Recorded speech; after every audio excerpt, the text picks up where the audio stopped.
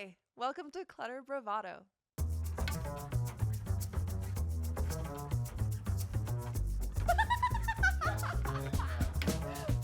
It's the energy. It's not just about the stuff. So we should probably just get into it, right? Let's go.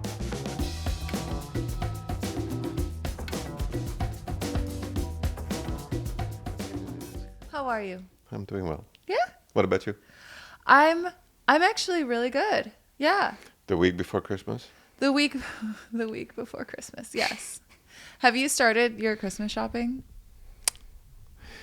Something you don't know about me, but yeah, Christmas shopping is very limited. Oh, you're not a do you not, not a big Christmas. you're not a big Christmas guy. No, so I do the well, you've seen we do the Yeah. Christmas party. Mm-hmm. After that, it kind of goes downhill from there. So we'll see. I have a few ideas for Christmas gift, but I've not done anything yet. Okay. Well, I'm also not that big on Christmas shopping. I do it all. I'm like the kind of person that does it all at the very last minute. It's easier for me to, like when I have high pressure, like a quick deadline, Right. I get things done a lot better that way. I think that's why I do a lot of the editing for this podcast, like right before I put it out. I've witnessed that. Yeah. I love a deadline. But I'm making a lot of crafts this year. I do that usually. Like I'll make art for people, or, put something together that's personal. Right. I think the hardest thing for me this year is that I have so many people that I want to give things to that I don't think it's possible for me to make that many crafts in the next 3 days. Before you head out. Yeah. I mean, I leave in a week, but there's so much. I mean, we're doing stuff with the show. We have a lot to plan ahead for the year to come. And there's a lot of work that needs to get done. And in all of that, You have to do I crafts. also have to make crafts. But the thing is, okay, I have made a lot of friends this year within the design community. Mm-hmm. And obviously like professional connections, but also like genuine friends, like people that I care a lot about that I like love having in my life. And now, I mean, what do you get? What do you get for people? I'm trying to come up with ideas and like I want it to be personal and something that's sweet and thoughtful, but also these are new people in my life and also they have the best taste in the world. So like what do you give to the people who have everything?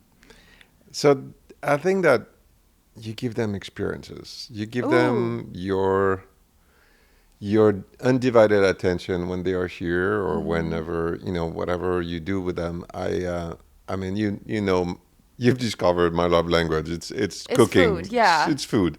So I think that I might do a couple dinners for, and then we'll start the year with a couple good dinners with people that are really dear. And, I think that's a great idea. and so that's going to be my gift to them. Is we're going to start the year with good food and company. Bless you. That was very cute. Thank you. Oh, cut that out. I'm sorry. I tried to hold it in and it wasn't going to stay in. I'll cut it out. Anyway, I do think that doing dinners with friends is like a really lovely thing. And So, you're giving that gift all the time. And I think that for me, like I've been cooking a few things here and there recently. And so I might also contribute to that. But I don't know. I'm going to brainstorm some ideas for some things that I can do. Maybe having like a nice, like a planned day out with some of the incredible women that we've been interviewing on the show and that I've been getting to know. I've also thought about teaching a yoga class for everyone. That'd be perfect. Yeah? Yeah. Because we talked about That'd this be really fun. over the weekend. And apparently a lot more people do yoga than I thought. That'd be really fun. It would be fun, right? Yeah. That's So- a great idea. See? It's a way that I can like give something without having to go to buy a candle or something. Right. Everyone has so many candles. Christmas is great. It's fun. But, getting gifts I'd rather do something more meaningful, and Yeah. maybe it's more meaningful in May and not in December. But Yes, you know, it's like exactly. so that's always been a little bit Yeah. my motto. It's like, you know, when it's the time and it means something, then let's show up and be there. Yeah. And Christmas is, you know, usually taken care of. True. So that's the thing. Also, I am going to Chicago I know. for Christmas with my boyfriend's family, and then he's meeting my parents, and then we're going to New York, and I'm just really excited. It's going to be really cool. It's a lot of like running around, but I'm so excited to just go and spend time with family. Yeah. I don't get to do that nearly enough, and I'm really glad that I get to. Yeah. But you're gonna be here? I'm gonna be here. Yeah. I'm gonna enjoy a beautiful Christmas in Los Angeles. Oh gosh. It's warmer. It is. Yeah. Oh gosh. That's the one thing though that I'm like not mentally prepared for the cold I'm about to endure. I talk about it all the time on the show, but gosh, do I love Los Angeles. Well, it seems also that this year New York seems to be colder than at least last year. Is it really? I think Well, so. I know that I've been hearing that it's been pretty chilly, but that it hasn't been snowing or anything. I think it's supposed to. Well, Kimberly said that it was raining all this week, and Really? it's maybe supposed to snow tomorrow. I think. So yeah, they're having Oh gosh. a definitely a colder Yeah. month of December, but you'll enjoy it. I Look, think it'll be fine. New York, It's really New York just for- Christmas, yeah, perfect. New exactly. Year's Eve, heaven. Go enjoy every minute of that It's gonna be so beautiful, good. gorgeous city. You know, all decked out. I love New York during that time. Yeah. And yeah, it's cold, but it's okay. It'll be okay. You can still, you know, I mean, you probably won't go for a hike in the park, but you know, you can go have a nice. But we are going to 2 Broadway shows. Oh, nice. I'm so excited. The one that I'm the most excited about is Cabaret at the Kit Kat Club. I've been wanting to see it so bad, and I Oh, get to nice. see it. Yeah. And the full cast should be there. I was looking at the schedule, making sure that we like pick a day where, because Adam Lambert is the MC right now. It's very exciting. So anyway, I'm excited to go see it, have that experience. That'll be really neat. But we've been doing some pretty cool stuff lately. So we went to ex Nihilo. They had an opening for Cesar. Tell me more about that, because I know that you know Cesar really well. Yeah, Cesar is, you know, has been in interior design and also now does a lot of collaboration with brands. Yes. We went to one event at Mass, I believe, Yes, not that long that's ago. right. That was for his line of tableware. Yeah. And then on last week, he was a candle that he partnered up with Ex Nihilo, which is a really good brand. So we've been And they're surrounded just- by talented like perfume, like, you know, I between know. Perfume Head and Yeah. Ex Nihilo. So they're based in Paris, right? Right. And this is their Los Angeles location. And I think that's their first U.S. location. Oh yeah. Yeah, and it's really well Yeah. done. It's just across from our friend at Just One Eye. That's right. Yeah. So it's this little street, and it was beautifully. It was decorated, and Mm-hmm. it was very festive. They're doing a magical thing with that little street. It's so interesting Just how One Eye. yeah, it's Yeah. such a little oasis in the middle of such a strange area that Right. I don't think had been developed for a while. A lot of studios and Favorite eyewear. Oh, that's Jacques true. Marie Mage. Mm-hmm. A little bit of a crush on that. I'm one day I'm gonna get those. I tried on a pair of glasses there, and they fit me beautifully. They looked amazing, and I don't need glasses technically, but as an accessory, they look really cute. But when I do end up like needing glasses, I'm gonna get them from there. it's but so the street. I mean, that's the beauty about LA right now. I feel like there's a little bit of not a renaissance, but there's just a huge input of really creative people. It's neat. It's, Yeah. you know, we go. You know, we have a standing brunch kind of thing, at Tartine. It's just a great neighborhood. It's such a nice neighborhood. Yes, right on Sycamore. It's a beautiful little space, little area. A lot of neat shops that are, again, like you said, really creative. And I feel like every time I'm over there, I discover a little something new. Mm-hmm. I like that too. Yeah. So, so that was a really lovely event. And I spoke a little bit about just how many wonderful people that I've met so far this year in this industry. And this weekend, even for the last 2 weeks, I've really noticed just how beautiful the community really is. And how supportive everyone is and how creative and talented everyone is.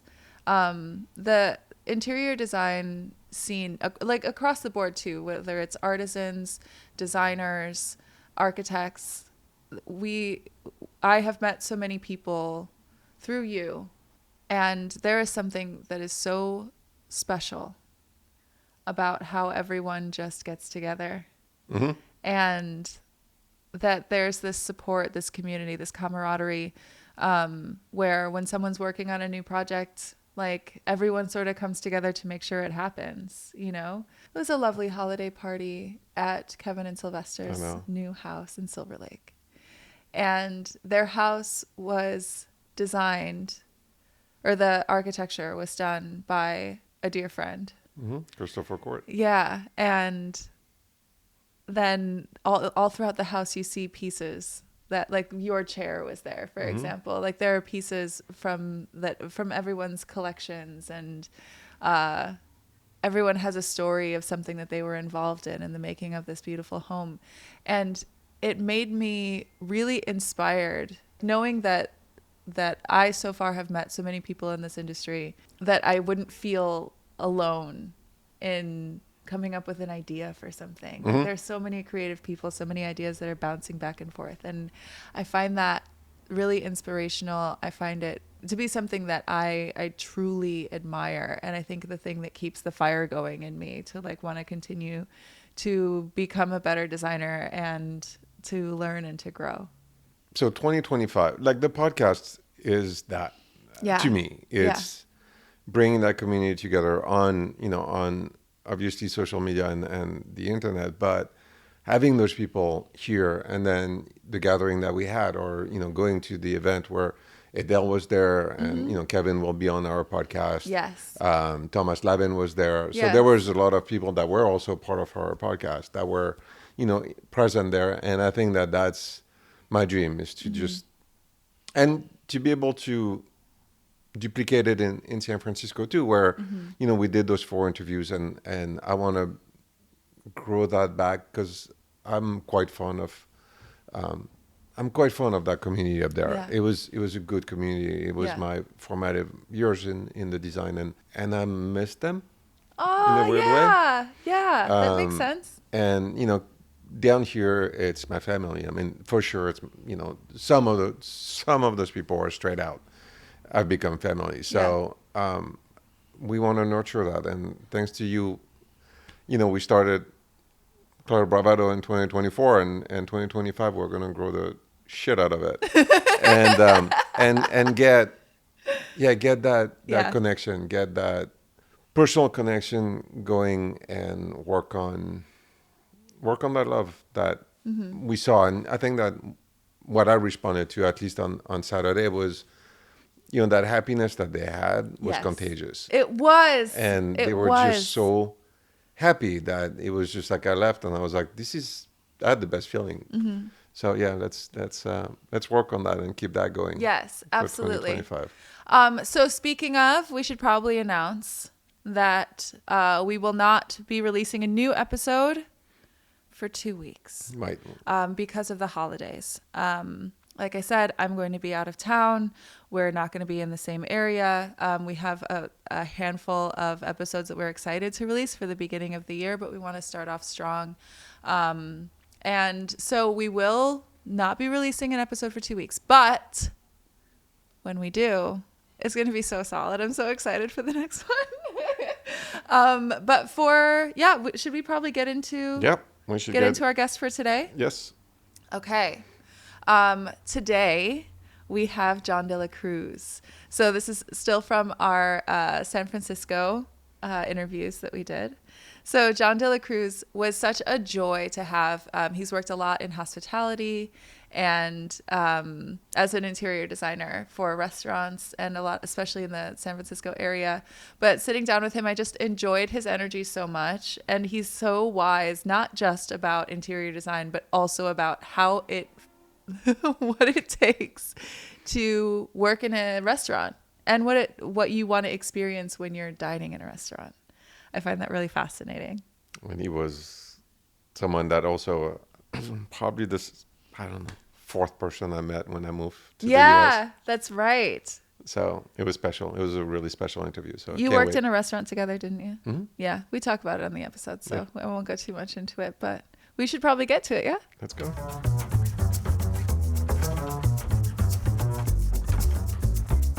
Welcome to Clutter Bravado. We are here with John de la Cruz. Hi. Hey, John. Hi, how are you? I'm really good. How are you doing? Glad to be here, thank you. How was getting here today? A bit rushed. I was A bit rushed. double booked, but Fair. I made it. Okay. Oh my gosh, were you coming from clients or? I came from a meeting, and then I sat in the car and had another meeting on Zoom on Oh, my laptop, goodness. and then I shut it and ran up here. So Yeah, so there's no shortage of things for you to do today. No, Got not it. today. Got it. Thank you so much for donating it's a blessing and a curse. part of your time today to come here. Thank you. I really appreciate it. So, I learned that the two of you have known each other for 30 years. Yes, 30 years. July 5th of this year was 30 years ago. Oh, jeez. I'll never admit it out loud. You were 8. I was actually 20, Wow. believe it or not. Wow. And I was not old enough to drink, and I was working in a restaurant. You were working in a restaurant, so you were a waiter? I was a waiter and a Yes. host, and everyone was hyper aware that I was not 21. So they would always watch me at the end of my shift, making sure I wasn't sneaking any glasses of wine at the bar. Okay, so I have to tell you. Yes. I moved here. I had a lot of money, like $20, and so I got a job. I got a job right away. Now and John was probably the first, one of the first person who adopted me in the city, and made me feel at home. And I'll always remember that because we used to work the lunch shift together. Oh, yeah. And John was always there. He made it that I could do I didn't know, I was brand new. I mean, What was and your job at the time? I was a manager and Okay. host, and so, and you were one of the first ones to guide me through it, and and I'll always remember you that way. I mean, it was just like we had fun. A little too much sometimes, but it was fun. No, none at all. He was 20, not 21. Yeah, exactly. Oh yeah, of course he was studying a lot. Those lunch shifts, love though, it. I do remember because he was the day manager and I was the lunch waiter in a very big restaurant, and they put me all the way in the little cafe, which was in the corner. And all the other seasoned waiters who were older and made lots of money would come into work and leave right away because they didn't want to stay long for their shift. And I would take all the tables at the end of the shift, and I'd be running around the entire restaurant, which is probably the size of a city block. Oh my God. And I would just take all the tables that would come in at 1:30 and Yeah. 2 o'clock and work until 4, and Laurent would always be there to help me. Oh, wow. we did. And that was the only way you could make money at lunch, is to take all the Oh, late of course. tables. Yeah, for sure. Yeah. So how long did you work in restaurants for a while, or was that just like a job while you were doing other things? Well, I went to UC Santa Cruz to study biology, and then I came running back to San Francisco Yeah. because I remembered when I was sitting in the chemistry class and trying to do all of these long math equations that I was actually an artist. So I came back to school, the Academy of Art, and Yeah. I started working in restaurants to help support my, college. Yeah. Yeah, so that's that. And I worked in restaurants probably throughout the duration of my art school years. Okay. So, yeah. Yeah. So while you were in art school, did you have any idea that you wanted to be an interior designer? Did you have what was it that you wanted to achieve with that? Well, what was really nice about going to the academy is it helped me hone into what exactly was going to be a career in art. Yeah. And I started in fashion, and then I went into advertising. And this is all in the course of the first year. I went and Yeah. switched and took all these different classes to figure it out. And then actually working in some really beautiful restaurants in San Francisco that were really well designed on the outside, and made me realize, oh, I should design restaurants. Yeah. Maybe that would be fun. Yeah. So I went into interior design because I knew that I could contribute what I've learned from working in restaurants and then couple that with design and then Yeah. make a better restaurant inside and out. I was going to ask you about that too, because working in restaurants and then now some of the work that you've done, I was like looking at the photos that you have online. I haven't been into any spaces yet, but apparently there are a few that are nearby here that I might be able to. Oh, Yeah. there's just a few. Just a few. That's amazing. So, so what is it specifically that you feel your experience working in hospitality has led to you having a better eye for designing those spaces? Well, I think knowing how they inherently function is important. Absolutely, yeah. And knowing the purpose of hospitality, making people feel comfortable, making people feel at home, helping people have a great time when they're out and being convivial. That's all part of, I think, what really helps make a great design for a restaurant. I like to work with chef owners and smaller restaurants. I like to work with the people. I like to design a restaurant with the people that are actually going to run it, because sometimes there's a disconnect when you're working on a bigger restaurant and there's a panel of people designing it, and those aren't the people who are actually going to work in it. Yeah.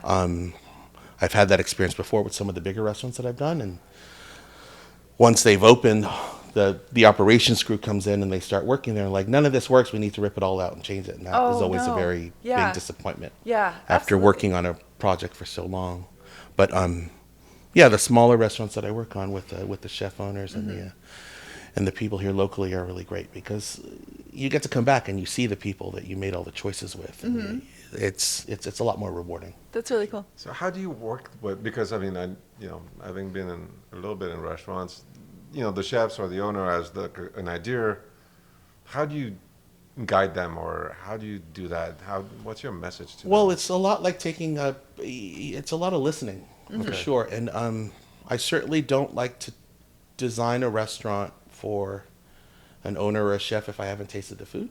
And that really does contribute a lot of the point of view of how they cook and what they cook. And, what kind of story they're telling and where they've come from. That all is a part of the design. And yeah, it's infusing a lot of history into the process, but I think that's what makes it more meaningful, is to be able to say, this is who this person is, and this is what that restaurant would look like if this, it's an extension of their home, basically. And we all want it to be successful, so you can't overlook anything. Absolutely. Are there any things that sort of irk you when you go to a restaurant, not one that you've designed, but when you go to a restaurant and you can, when there's maybe a disconnect between the food and the... Oh, the question, can you even enjoy a dinner in a restaurant that you haven't designed? Oh, absolutely. I could turn it off immediately, and I'll stand in line in a parking lot and eat out of a food truck as long as it's good. And, the person behind it has good intentions and a point of view, and, it's done well. Yeah, I'll eat anywhere. It doesn't matter. Yeah. But what I don't like is when things are over-designed or overthought and not really have any relation to what you're actually eating. Yeah. Because that disconnect in the process is really irksome. Because obviously there's some smoke and mirrors there where they're trying to distract you from the fact that maybe the food isn't quite as well thought out, or maybe the quality isn't there, but they're just trying to entertain you for the buck. Absolutely. Do you feel like there's something specific to San Francisco when it comes to hospitality and in restaurants, like a certain feel or a through line that connects a lot of them together? I think the integrity of the food and the quality stands above everything else. So sometimes I always say to owners and clients, it doesn't matter what I do, as long as you cook a good meal, people will come. So, and it's sometimes bad for me, because I'm like, well, it doesn't matter what chair we pick, or it kind of disrupts my process a little bit. But again, I think in the Bay Area at large, people are hyper aware of the quality of the food, and they won't be distracted by design. Design helps, and it certainly adds to the longevity of a restaurant. But in the end, they want good food served well in a decent environment. Yeah. There's we were talking about this earlier, and this is simply a pet peeve of mine, and it might be based in ignorance, and I'll allow that. But when it comes to coffee shops, right? I love to go to a coffee shop to work. I wrote I wrote 2 books, and for both of those, I wrote those in public spaces. And in cafes that really had a lot of culture to them, old furniture that's been there for ages, you know, things that have been worn. And there's this sort of epidemic in Los Angeles of these very hollow, very white, very cold coffee shops where you couldn't sit and work if you wanted to. Everything is very small and very hard. And I know that they probably do that intentionally. So you don't stay for 4 hours? So you don't stay for very long. But along those lines, like that is a pet peeve of mine that I something that I really look for when I go to a coffee shop is a comfortable seat, a place that's welcoming, because I'll want to spend money all day if that's the case. So I was wondering, from your perspective, is there something like that you look for when you go to a certain kind of restaurant, or when you go to a coffee shop or something like that? Well, let me say this instead, because it's just popped in my head, and I'll address. Sure, yeah. When I approach designing a restaurant, there are 4 things that I always apply. Actually, even in homes: beauty, comfort, creativity. Beauty, comfort. Wow, I forgot the last one. As long as it has at least those 3 things, I think it's always going to be successful. And it's not about the money that you make or how many people come through. It's about making sure that people are comfortable when they're there.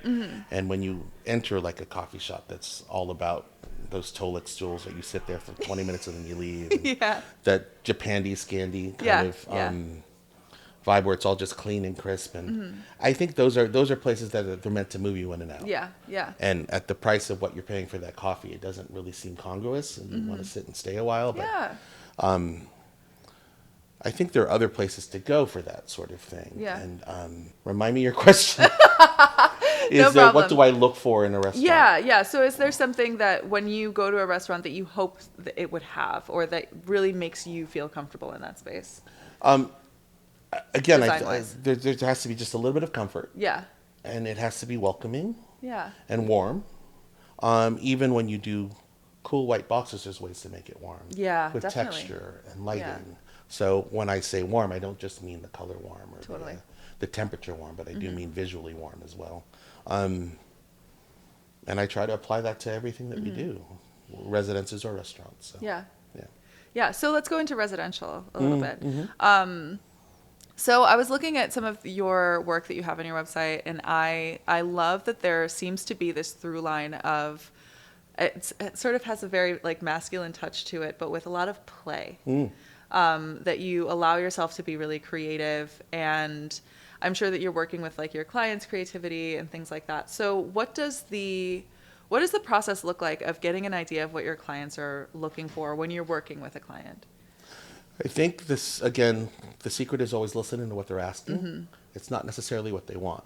Okay. But listening and hearing and making that laundry list of like, this is the brief, and this is what they're looking for, and then being able to insert my point of view every now and then. And generally, it's about the quality, it's about the comfort, it's about the beauty, and making sure that it's a clever solution, so that what you end up giving them is always a little bit better than what they had asked for, or what they had expected, or what they had dreamed of. So you're sort of doing a psychological analysis on them a little bit at the same time. Unfortunately, you could say that. Or it's like even just kind of understanding what the end result wants to be, and hearing what they ask, and then giving them a solution, seeking a solution to that problem that they're posing. So when you're then working on a show house and you're doing something that's entirely your own. Oh my God. It's the worst. Really? Okay, tell me about that. I'm always my own worst client, because I always want, and then with the showcase, you end up paying for it yourself. So you want like the most, you want the biggest. And not having a client edit you is another, like, it's a gift and a curse, because there's no end to what you can do, except what you're paying for. So it's kind of like a confluence of problems that you're solving at the same time, without having someone tell you yes or no. It's a luxury too, because you get to do whatever you want, as long as you can afford to do it, or you can find the right sponsors, and you can find, the right vendors to help you with it. So, luckily now that I've been doing this for 20 something years, and I've also had my own firm for 10, I have a nice little stable of really good close vendors and suppliers that would always rally around me and help me. And they know what I do, so they're happy to jump in and be a part of the team. Yeah. Do you have anyone on your team that's sort of you're like, whoa, whoa, whoa, calm down? Do you have anyone wrangling you? Oh, we all do. It's a fun little battle that we do, but and sometimes I'm my own, or I'll say, let's do this, and I'm so certain about it. And the next morning, I'm like, let's throw it all out, let's start all over. Because Got it. I'll take a shower, I'll have a cup of coffee, and say, oh, that was crazy. I mean, it's really good to be able to self-edit and to like reflect and take a little bit of responsibility for like, maybe I shouldn't have gone that far. That's good. Yeah. So in your team, how many people do you have in your team? 14. That's huge. Yeah. That's a lot of people. It is. Yeah. Okay. Let's not remind John. No, it's fine, John. Yeah, That's but nice. we're fortunate enough to be fairly busy right now. Yeah. And it's the holidays, so we're kind of running around and doing some last minute things. So this sort of allows you to sort of like spread out, give yourself a little bit more surface area so that like you're not, does that take some of the stress off of you then? It does. And Yeah. unfortunately, I don't like to say no a lot. And we have a lot of really good clients that we've worked with for a long time. Okay. So when they ask, I say yes, and then we figure it out. Yeah. I think it's. I mean, that's a huge part of your success too. It's like Thank you. That clientele, that repeat. Because you've done restaurants for the same group. You've done quite a few for a couple groups, right? Yeah, exactly. And it's all part of my hospitality training that I learned from my great manager, Laurent. you don't say no, or you say no with a smile. But yeah, it's true that we never said no. It was. Or the secret is saying yes and giving them exactly what you wanted to give them. Yeah, that works too. That works too. But with a smile and helping them understand, oh, that's exactly what I wanted. Yeah. That it's not always about like giving them what they want, but giving them what you think they need. Yeah. Did you see a change in the design or the approach of the restaurants in the Bay Area? Well, regionally, I'll say it's like LA and Las Vegas are two very different markets in San Francisco. Yeah. In San Francisco now, again, there is a lot of de-emphasis on a big spend. They don't need that $1,000 chair. They don't need the big, beautiful art. They don't need expensive ceilings. They just want a clean, comfortable place to serve really good food, and they want it to look nice. Whereas I think in LA and Las Vegas, when I've worked in those markets, they want a show. Right. And I think that still is the case. I will say, in San Francisco, the way the restaurants are evolving is the way that they serve. No one is serving a la carte, appetizer, entree, dessert.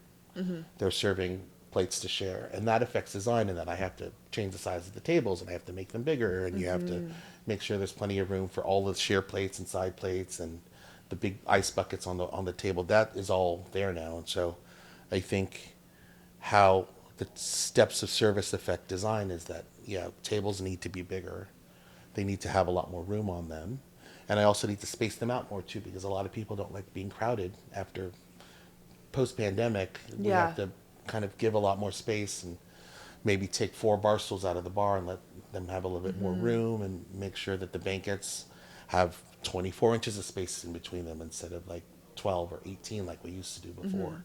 Just to be a little bit more generous with the distance. Yeah, that really makes sense. Beyond that, what are some other, obviously not to bring it down, but the pandemic really affected a lot of, every business and the way that we operate. And so how did that, beyond what you were just sharing about, like how did that affect your business, especially working in hospitality? Well, our clients all moved, and they wanted to build better houses and pad whatever they had inside. So during the pandemic, we were really busy with residential. Yeah. And Okay. all of the commercial work went away. Yeah. No one was funding restaurants or building hotels or anything like that. It all just came to a crashing halt. Yeah. But luckily, everyone was at home, and they said, "Oh, I need to turn my garage into a gym and a little playroom for my kids." So we would do lots of little things, and that made us really, really busy. Yeah. And then once we were all done with that, and then we came out of the pandemic, all of the commercial work came right back, and we've been very busy with that. So. Yeah. For me, for example, if I've not done that many projects, but when I walk into a house, or I imagine the flow of a party. That's what how, and a party can be a small party, but I imagine that kitchen and that family and the table and their friends. That's where I go to. Do you feel that way when you approach a residential, or you? Of course, 100%. One of my favorite things to do is design kitchens and closets and bathrooms, because I get to do the millwork and I also get to plan the organizing. And especially with kitchens, I definitely approach the way a kitchen flows with the way a restaurant works. There's the area where you sit, and there's the area where you have breakfast, and there's the area where you make drinks, and there's the area where you clean. It's like the dish pit is the scullery, is what I like to call it. And you want to make sure that all the dishes get put away near the dish pit, but it's easy to access from where you're eating. Yeah. And you have certain zones, is what I like to call it, where the hot cook zone and the cold cook zone, where the cold cooking zone is where you make salads. That's near the fridge. It should have a sink near it. And the hot cook zone should be, grill, and that should have all the pots and pans near it. And then the bar, the wine or the bar, the liquor is usually close to where the breakfast area is, because in the breakfast, that's where your coffee is. And then at night, you're not having coffee. So you could use that zone and also put all of the things at night that you would, your beverages at night. So I definitely plan the flow of a house and the kitchen that way, where this is where you come in and you check in and you put your coat down and you put your keys down and you put your bag down, and it's just how you organize. Yeah, that certainly does affect how I plan out my house. The natural flow. Yeah. Such a cool way to look at it. Well, it's logical, and some people don't think about that. And as you start to, buy houses and build houses and move into bigger houses and start families, a lot of times people don't know that if they haven't worked in the hospitality industry. And when they just do it instinctively, or they don't do it at all if they're of that sort. And when you start to show them, no, we put coats by the front door, and we have a little table here to set your keys down, and it all starts to click, and then they understand. So. Yeah, getting to know like the human nature of it all, like how do we interact with the space? Sure, yeah. And I also find that, because I've worked in restaurants for a very long time. I worked in bars for a long time, and as a server, there are certain areas that are necessary and certain places that just make your job so much easier. And also some things that you just can't have, like you just can't put into a place. I had there's one job that I was working at this very old building. It's called Turner Hall in Milwaukee, and it's a very, very old building. And they had these massive arched staircases, like this big staircase that came down, to the main dining room, and then there was a smaller one that we would have upstairs for like Friday night fish fries when it would get insane, right? So people would come in, we'd seat them upstairs, and I'm carrying one of the big shoulder trays full of all the food for the entire big table. Ovals? Yes, up these very old, very slippery stairs going all the way up. And obviously the place now, I don't even think it's a restaurant anymore. That wouldn't make sense. There's a music venue that's like in that same building, but I don't think that anyone considered for a second that maybe there should have been like a carpet on the stairs, or like, or anything that would keep me from doing exactly what I was afraid I would do, and sliding down the stairs with this tray on my 8 shoulder. entrees, the fried fish. Exactly. So as obviously like you have this like keen eye for that stuff, like from the perspective of the guest, but then also as the people that are working in it and sharing that space. That's such an asset. That is such an asset. Well, functionality always the driving force for, Yeah. I want to make sure that it all works. Yeah. Otherwise, you're not successful. Yeah, what is the point of something looking beautiful if it Exactly. doesn't work? Yeah. So do you do residential projects mostly here in the Bay Area, or are you doing all over? Yeah. As far as Washington, D.C., and New York, and then out Hawaii. True. I saw you were in. Yeah. And up north, we're doing one in Utah right now. We've done Montana, Idaho, Washington. So I have to ask you a question. we go where our clients say. Because you're obviously very good at designing. You were very good in the restaurant business. I remember that. Do you dream of owning a restaurant? No. Really? Absolutely not. I like to go to them. I don't like Yeah, to. yeah, fair. No, yeah. That's fair. Yeah, yeah, no. Wow, that's a great question. Yeah. Yeah, I mean, all of us have, so I started cooking again. Oh, nice. So we do dinner parties and I do parties in LA, and, I have a reputation of being a decent cook, and, people are like, That was the biggest understatement. I see that. Okay, just wanted to be the clear. glimmer in his eye about Yeah, cooking. yeah. He's just like, oh, people sometimes like my food. Are you kidding? Yeah, no, I mean, look, I'm soft, but people are like, would you want to own a restaurant? And I'm like, no, I'd like to cook for free. I'll be glad to cook for free, but that's not a recipe to own a restaurant. But yeah, it's funny. And sometimes I toy with it for a split second. There are things that I love to do. One of them is cooking, and the other one is drawing. And I'm an interior designer because I love to draw and I love to shop.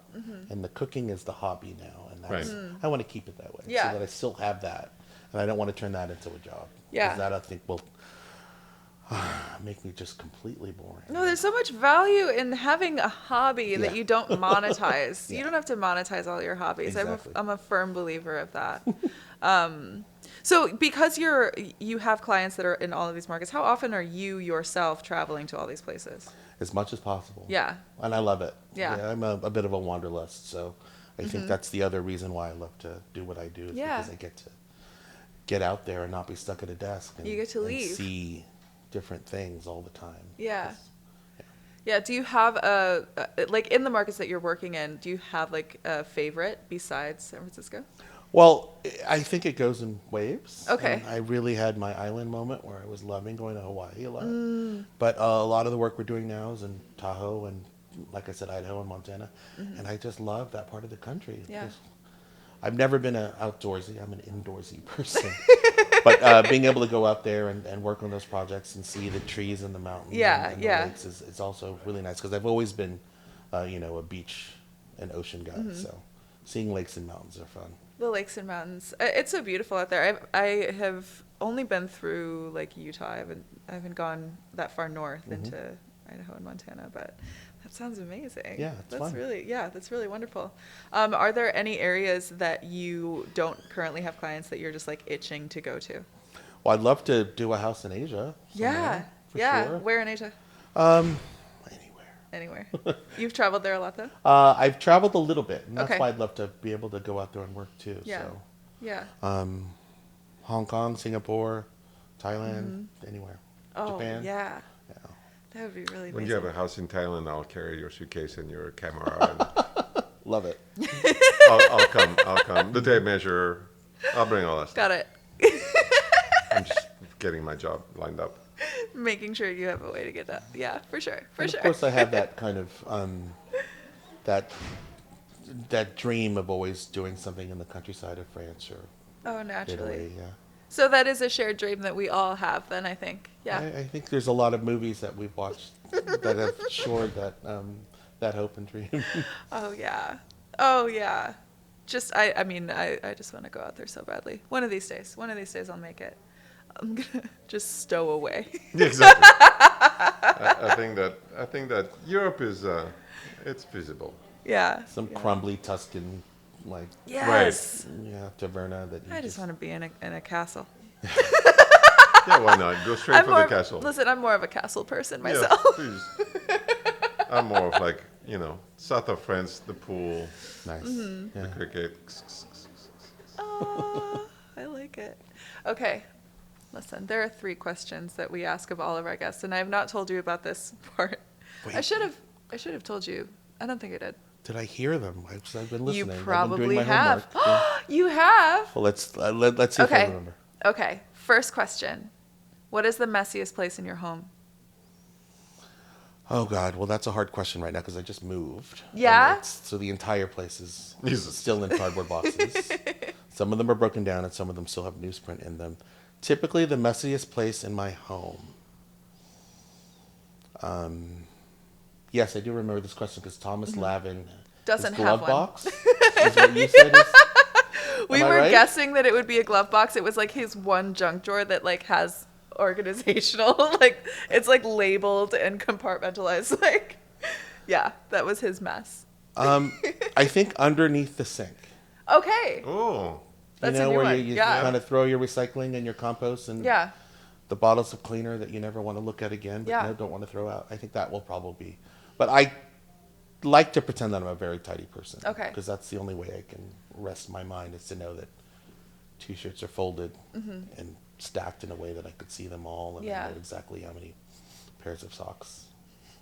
before you run out. Yeah. everything is in its place. Yes, Everything I- needs to be where it goes. Yeah, especially since you said that you really love designing kitchens and closets because it allows you to organize. Oh, that's not true. I do have right next to my desk, I have a box that I just throw all of my mail in because Oh, fair. everything is automated anyway, and I constantly get mail that I don't even need Yeah. to open, and I just throw it in there, and probably once every 6 months I'll go through it all, pretend to sort it, and then just take it to the shredder. Pull out the receipts and things I need to keep. And Yeah. even And then just receipts let it now, go. I'm just Yeah. kind of crumpling. So those are the two places, underneath the sink and right next to my desk. Okay, I like it. I like that answer. Second question. What is your favorite place, either in your home or in a home that you've designed, or in a restaurant that you've designed? Favorite place?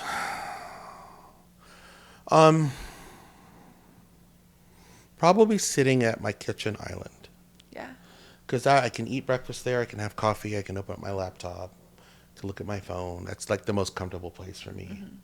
And this is in your new place? Or your No, old place? and that's why I say that, because I don't have a kitchen island now. And it really upsets me.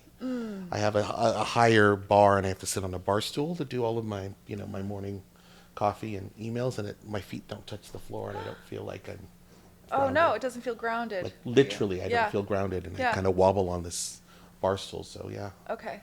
a counter height seat in a big wooden kitchen island. That's where I'm most comfortable because I could spread out too, and I can also draw, and I could sort and organize. And yeah, I miss having a big work table. I don't know if you can answer that question, but do you have a favorite restaurant that you've designed, or is it they're all Just your on record or children? off record?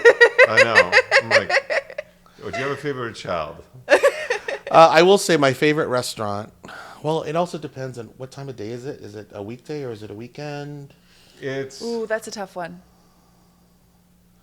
Am I traveling? early- Am I abroad? Am I here? you're here. It's an early dinner. You're really tired.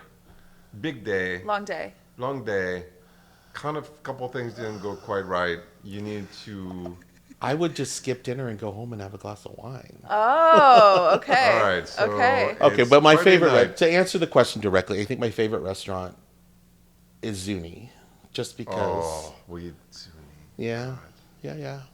And it's been there forever. It hasn't changed. The food is still the same, but it's different every day. If the menu changes daily, but it has this format. And, Yeah. it's a really, it's a market-driven restaurant, so they serve what's available. And, Oh, cool. oysters. They still have their roast chicken. yes, and the burger, and yeah. So You that's, said oysters and I just blacked out. That sounds and great. I probably shouldn't disclose this, but when I was in high school, we would sneak in there, and that was like one of the first places I ever paid for a drink underage. We used to You can go say there. that now. I think it's Yeah. fine. So Zuni was, I don't know when they opened. It's been 35, 40 years. Yeah, 35, 40 Wow. years. Yeah. It was when we were in the restaurant here, it was the place. Oh wait, then it has to be 40. 40, because 40 years. because it was the place to be. Yeah. And it's true that I It's a beautiful We'll old drop by. location. It's a little tiny corner in a brick building with big glass windows, and the sun. It's just filled with sun until the late afternoon, and a really good vibe in there because it's just a big mix of people and it's an institution. open kitchen and oysters and a big copper bar. It's Okay. It's a very homey place for me. Okay. I've been there since I've been going there since I was 15. So, Right. Yeah, It's yeah. It's yeah. Oh, good. Yeah. I forgot about it. I like that. I'll drive by. We'll Yeah. drive by. I've been doing like Laurent's tour of San Francisco. He's like driving me around showing me like this is where his old store was, which shares a wall with where you are now. What are the odds? That's insane. Honestly, what are the odds? Yeah. So, We yeah. drove by, it's like this is where my shop was. Why does it say John de la Cruz on the side? Yeah, so we've been there for almost 3 years now. Okay. We moved there because there were 10 parking spots, and at the time, commercial real estate in San Francisco was insane. So why not get a 6,000 square foot warehouse and have parking for everyone? Yeah. So now we integrated our receiving as well, so we don't have to outsource that. Oh, ideal. And having control of the inventory is a huge time saver for us. Yeah, that's huge. Yeah. That's huge.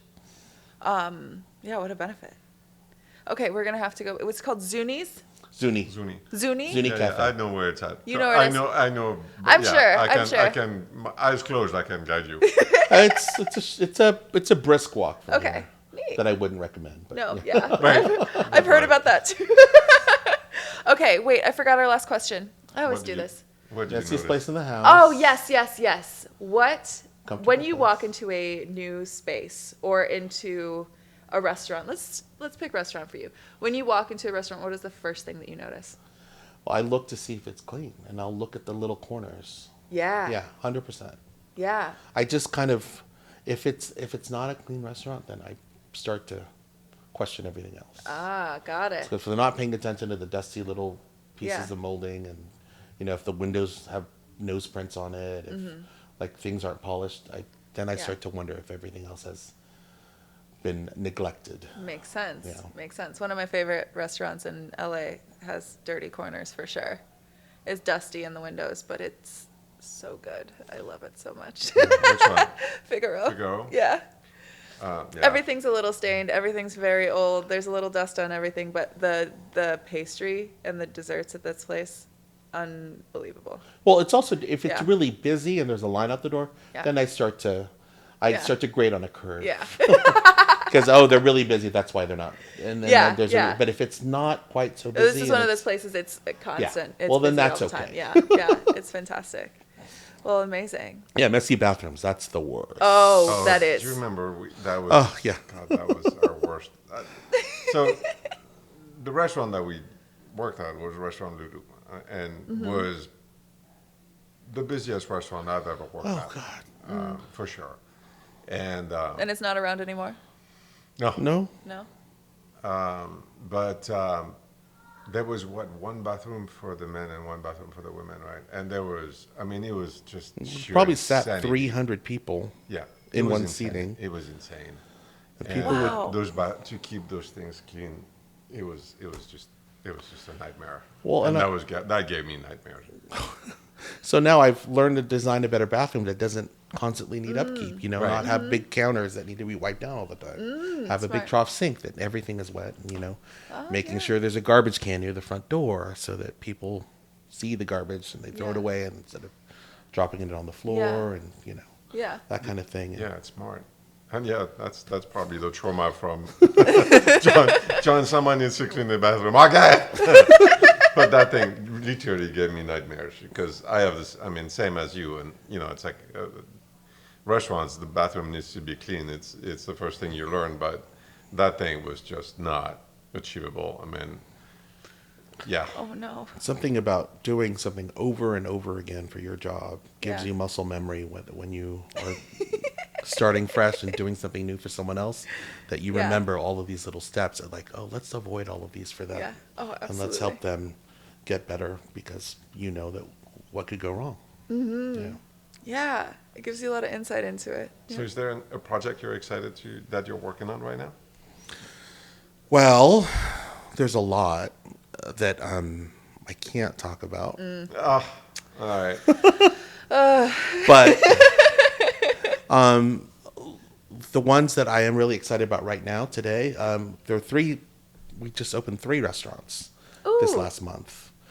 2 of them are in the Chase Center. One of them is Que Fico Pizza, Okay. which is part of that family of restaurants that yeah. I've worked with since I started my own business 9 years ago. Mm-hmm. So this is their 5th one, Oh, and it's a wow. pizzeria at the top of the Warriors Arena, Chase Okay. Center, and it has a beautiful view of all of the East Bay. And when you go there, just as the sun is setting, all of the East Bay sparkles. It's just really magic. And well, none of us could have ever planned that. We just Yeah.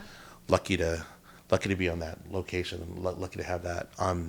Down the walk, right in the middle of the plaza, we also are just about to open a restaurant for Burma Love. They have a bar. It's a Southeast Asian style bar, right at the front doors of the Chase Arena, underneath the Wow. Jumbotron. Oh, And gonna be that's very amazing. exciting. Yeah. And their food is just amazing, Burmese, Wow. but with a little bit of a twist. And Yeah. kind of educate everyone on what the Burmese culture is about too. Oh, wow. And that's called That's Kaya, really cool. Okay. and that's gonna open next week, as long as I can get the tabletop accessories to them in time. And then we're just about to help open a restaurant that we've been working on in Cabazon, Palm Springs, Oh, Yeah. okay. in the outlets. There's a restaurant called Birba in downtown Palm Yeah. Springs. Someone It's told me about It's an it. Italian restaurant Yeah. by the F10 group, and they are opening one in the mall for all of the shoppers. So that's going to be fun because Yeah. it's playing off of Italian soccer teams, football teams, soccer teams, whatever you want to call it, and just really kind of making it fun and colorful. And it's going to be about handmade pastas and pizzas and grab and go, Oh, that's and rad. a spritz bar Yeah. inspired by the Pucci prints. So it's going to be Oh, fun. That's really cool. very fashion meets Italian soccer. How fun. I really like that. Yeah. Well, neat. I'll have to check that out. I haven't been out to Palm Springs in a minute, but next time I go out there, I'm definitely And these were the projects that we kind of started in the pandemic, then slowed down all of a sudden, and then re-picked up again. So, Oh, yeah. yeah, That it's makes been, sense. Been great to finally get these up and Getting those wrapped up. Yeah. out for the public to Yeah. start to enjoy. Oh, that's amazing. Well, I know that you're a very busy man, so you've got a lot of places to be, and I just want to thank you. Nice. Can I stay? Good, yeah, hanging Yes, out please. in the Kimberly Denman Cigar Lounge. I love this. Yeah, just chilling. I like it. Well, thank you I so know, much. it's like, it's good that. It's good with the swivel, like I Yeah. said. Mm-hmm. Not my first time in this chair, so I might need to get 2 new ones. Thank you. It's Thank been you. fun. You Thank are you very you're an much, absolute gem. I really appreciate it, and get back to your day. Yeah, he's done. He's done.